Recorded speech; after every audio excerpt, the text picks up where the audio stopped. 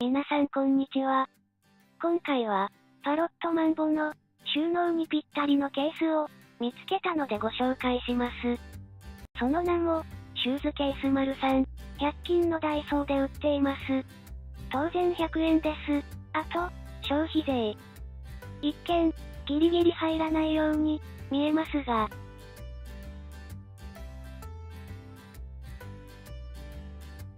なんと、恐ろしくぴったりです。厳密にはケースの底まで入っていません。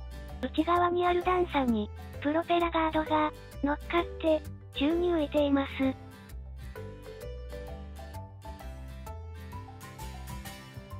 ということは、空間に余裕があるということです。フライパッド、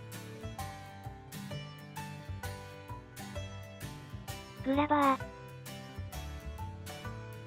キャノン、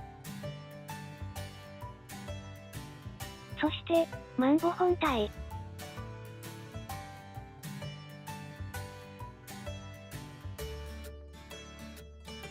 すっきり収納できました。残念ながら、フライパッドの厚みがありすぎて、最初の本体が宙に浮いた状態にはなっていませんが、こんなちょうどいいケースが100円プラス税というのは十分ではないでしょうか。皆さんのご参考になれば幸いです。